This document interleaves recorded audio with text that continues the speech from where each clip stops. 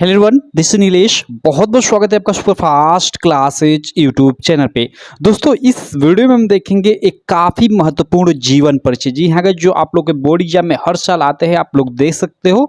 जयशंकर प्रसाद जी का इस वीडियो में हम जीवन परिचय देखेंगे और काफ़ी मैंने अच्छे से देखी, एकदम अच्छे से ये लिखा हुआ है। आपको एकदम ये वीडियो देखते ही समय ये जीवन परिचय याद हो जाएगा। तो अगर आप बोर्ड एग्जाम की तैयारी कर रहे हैं, क्लास 10th या 12th किसी भी क्लास के स्टूडेंट, क्योंकि ये जयशंकर प्रसाद जी का जीवन परिचय क्लास 10th में भी आता है और 12th में भी। तो आप 10th या 12th किसी भी क्लास के स्टूडेंट हैं, आप वीडियो को अंत तक देखते रहिए। और अगर चैनल को अभी तक सब्सक्राइब नहीं किया है तो चैनल को सब्सक्राइब कर और बेल आइकन को दबाकर ऑल नोटिफिकेशन पे क्लिक कर लीजिएगा, जिससे मेरी सारी वीडियो की नोटिफिकेशन आपको मिलती रहे। तो चलिए, बिना आपका टाइम वेस्ट करते हुए इनका जीवन परिचय हम लोग पढ़ते हैं। ठीक है, देखिए आप लोग कैसे लिखोगे इनका जीवन परिचय। तो ऐसे शुरू में ऐसे लिखना कि बहुमुखी प्रतिभा के धनी महान लेखक और कवि जयशंकर प्रसाद का जन्म 1889 ईस्वी में उत्तर प्रदेश के वाराणसी में हुआ था।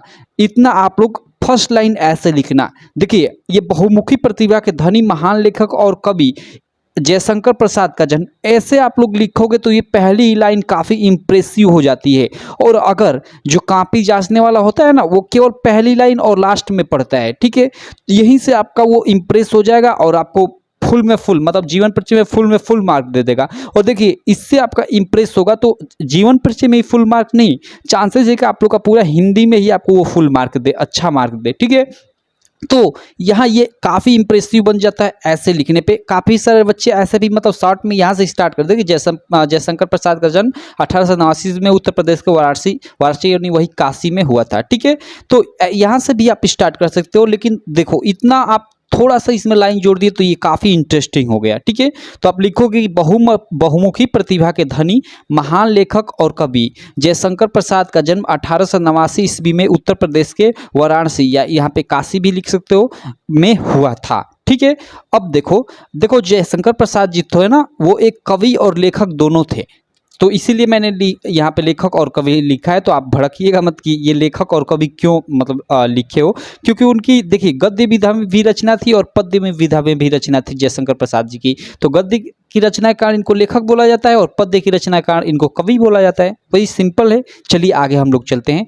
आगे आप लिखोगे इनके पिता का नाम देवी प्रसाद था। ठीक है, इनके पिता का क्या नाम था? देवी प्रसाद था। ठीक है, जो एक साहित्य प्रेमी थे। क्या थे? साहित्य प्रेमी थे। इस प्रकार प्रसाद जी को जन्म से ही साहित्यिक माहौल प्राप्त हुआ।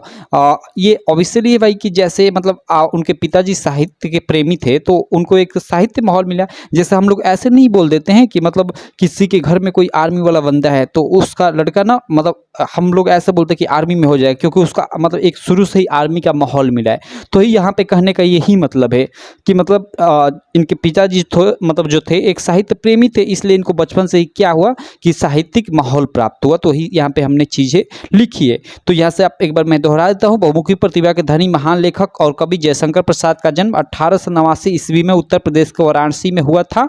इनके पिता का नाम देवी प्रसाद था, जो एक साहित्य प्रेमी थे। इस प्रकार प्रसाद जी यानी वही जयशंकर प्रसाद को, ठीक है, जन्म से ही साहित्यिक माहौल प्राप्त हुआ। ओके, चलिए आगे हम चलते हैं। आगे कैसे लिखेंगे? देखिए यहाँ पे आगे हम लिखेंगे, आप लोग देख सकते हो यहाँ पे, प्रसाद जी ने मात्र 9 वर्ष की अवस्था में एक कविता की रचना की, जिसे पढ़कर इनके पिताजी काफ़ी प्रसन्न हुए और इन्हें, ठीक है, महान कवि बनने का आशीर्वाद दिया।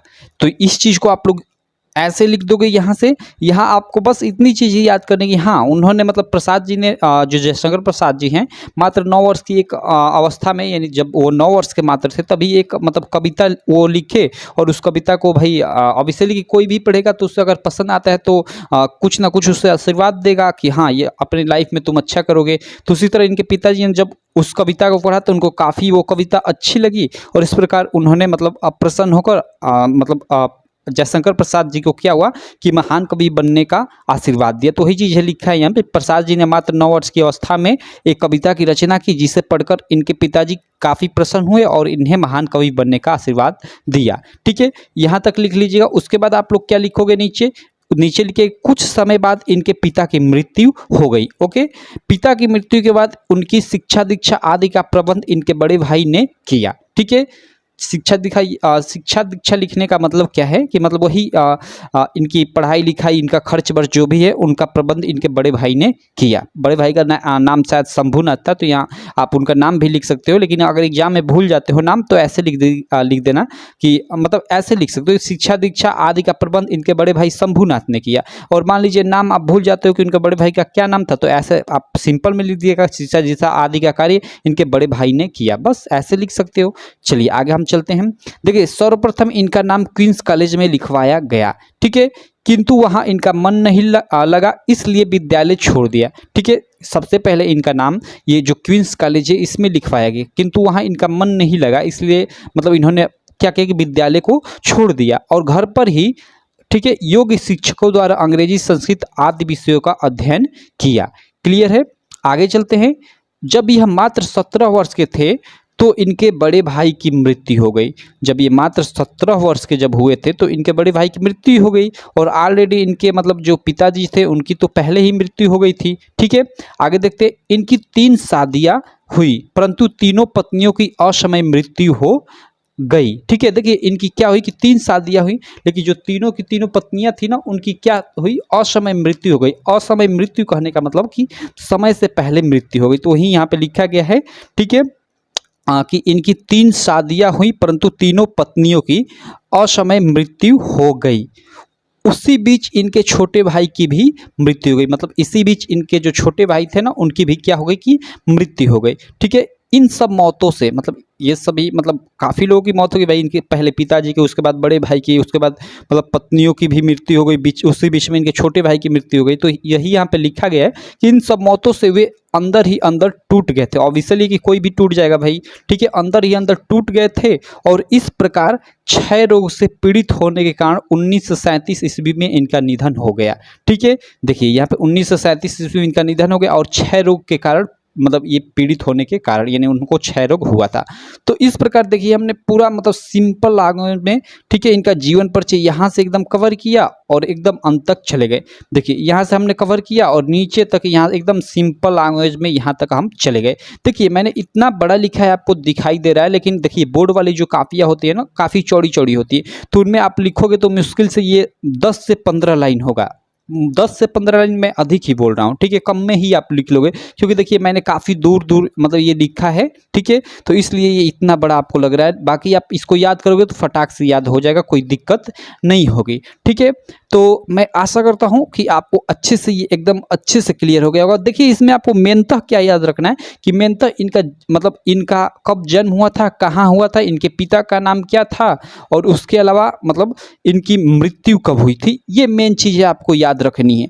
उसके अलावा देखिए इनकी एक दो आप रचना मतलब इनकी रचना का भी नाम याद कर लीजिए, क्योंकि आप लोग के क्या करता है कि ऐसे मतलब एग्जाम में पूछता है कि निम्न में से किसी एक लेखक का या निम्न में से किसी एक कवि का जीवन परिचय लिखिए तथा उसकी एक रचना का नाम लिखिए। तो आप इनके एक रचना जयशंकर प्रसाद जी का याद कर लीजिएगा, जैसे ध्रुव स्वामिनी ही मैं बताता हूँ, ध्रुव स्वामिनी आप याद कर लीजिएगा। ठीक है, इनकी एक प्रसिद्ध रचना है। ठीक है, तो इस प्रकार ऐसे तो जयशंकर प्रसाद जी की बहुत सारी रचनाएं हैं और सारी की सारी इंपॉर्टेंट है, तो जयशंकर प्रसाद जी की आप सारी की सारी रचनाएं याद कर लीजिए, क्योंकि कई जगह इनसे मतलब क्वेश्चन बनता है। ऑब्जेक्टिव क्वेश्चन में भी इनकी रचनाएं दे देता है और पूछ देता है कि निम्न में से मतलब जयशंकर प्रसाद जी की रचना है, तो इनकी सारी रचनाएं याद कर लीजिए। कंकाल, तितली, रावती, ये ध्रुव स्वामिनी, ये सारे मतलब अजातशत्रु, स्कंद गुप्त, चंद्रगुप्त, ये सारी की सारी रचनाएं जयशंकर प्रसाद जी की हैं, तो आप लोग याद कर लीजिएगा। ठीक है, बाकी आई होप आप लोग को ये अच्छे से इनका जीवन परिचय क्लियर हो गया होगा बिल्कुल डिटेल में। अगर मैं एक बार पढ़ना चाहूँ तो चलिए पढ़ देता हूँ। तेज से बहुमुखी प्रतिभा के धनी महान लेखक और कवि जयशंकर प्रसाद का जन्म 1889 ईस्वी में उत्तर प्रदेश के वाराणसी में हुआ था। ठीक है, इनके पिता का नाम देवी प्रसाद था जो एक साहित्य प्रेमी थे। इस प्रकार प्रसाद जी को जन्म से ही साहित्यिक माहौल प्राप्त हुआ। ठीक है, प्रसाद जी ने मात्र 9 वर्ष की अवस्था में एक कविता की रचना की, जिसे पढ़कर इनके पिता जी काफी प्रसन्न हुए और इन्हें महान कवि बनने का आशीर्वाद दिया। ठीक है, आगे चलते हैं। कुछ समय बाद इनके पिता की मृत्यु हो गई। पिता की मृत्यु के बाद उनकी शिक्षा दीक्षा आदि का प्रबंध इनके बड़े भाई ने किया, और बड़े भाई का नाम शंभुनाथ था, तो इस ऐसे भी लिख सकते हो कि इनके बड़े भाई का नाम शंभुनाथ था। ठीक है, सॉरी मतलब इनकी शिक्षा दीक्षा आदि का प्रबंध इनके बड़े भाई शंभुनाथ ने किया, ऐसे भी लिख सकते हो। ठीक है, आगे चलते हैं। सर्वप्रथम इनका नाम क्वींस कॉलेज में लिखवाया गया, किंतु वहां इनका मन नहीं लगा, इसलिए विद्यालय छोड़ दिया और घर पर ही योग्य शिक्षकों द्वारा अंग्रेजी, संस्कृत आदि विषयों का अध्ययन किया। जब यह मात्र 17 वर्ष के थे तो इनके बड़े भाई की मृत्यु हो गई। इनकी 3 शादियां हुई, परंतु तीनों पत्नियों की असमय मृत्यु हो गई। उसी बीच इनके छोटे भाई की भी मृत्यु हो गई। ठीक है, इन सब मौतों से वे अंदर ही अंदर टूट गए थे और इस प्रकार क्षय रोग से पीड़ित होने के कारण 1937 ईस्वी में इनका निधन हो गया, यानी उनकी क्या हो गई कि मृत्यु हो गई। तो इस प्रकार देखिए ये जीवन परिचय मैंने दोहरा भी दिया अच्छे से। आई होप आप लोग को इसमें से आधी से अधिक चीज़ें तो अभी याद हो गई होंगी। बस थोड़ा सा चीज़ें याद करना है तो आप इसको लिख लीजिएगा, या आप इसको अगर आप व्हाट्सएप ग्रुप से नहीं जुड़े हैं तो आपको स्क्रीन पे एक नंबर दिख रहा होगा, उस पर आप मैसेज कर दीजिएगा, व्हाट्सएप ग्रुप से जुड़ जाएगा, उसमें ये इनका जीवन परिचय का ये PDF मिल जाएगा। ठीक है, तो आप वहाँ से याद कर लीजिएगा उस PDF के माध्यम से। ठीक है, तो चलिए आई होप आप लोग को ये वीडियो काफ़ी अच्छी लगी होगी। वीडियो अच्छी लगी तो इसी तरह की वीडियो देखने के लिए चैनल को सब्सक्राइब कर लीजिए और बेल आइकन को भी दबा लीजिए, जिससे मैं जो भी वीडियो अपलोड करूँ उसकी नोटिफिकेशन आपको मिल जाए। और आप चैनल पर जाकर प्लेलिस्ट में जाइए, बहुत सारी आपको हिंदी, मैथ या अंग्रेजी मतलब अलग अलग सब्जेक्ट की मतलब सारी वीडियो मिल जाएंगी। ठीक है, तो चलिए रहने तो इस वीडियो में इतना ही। Thank you.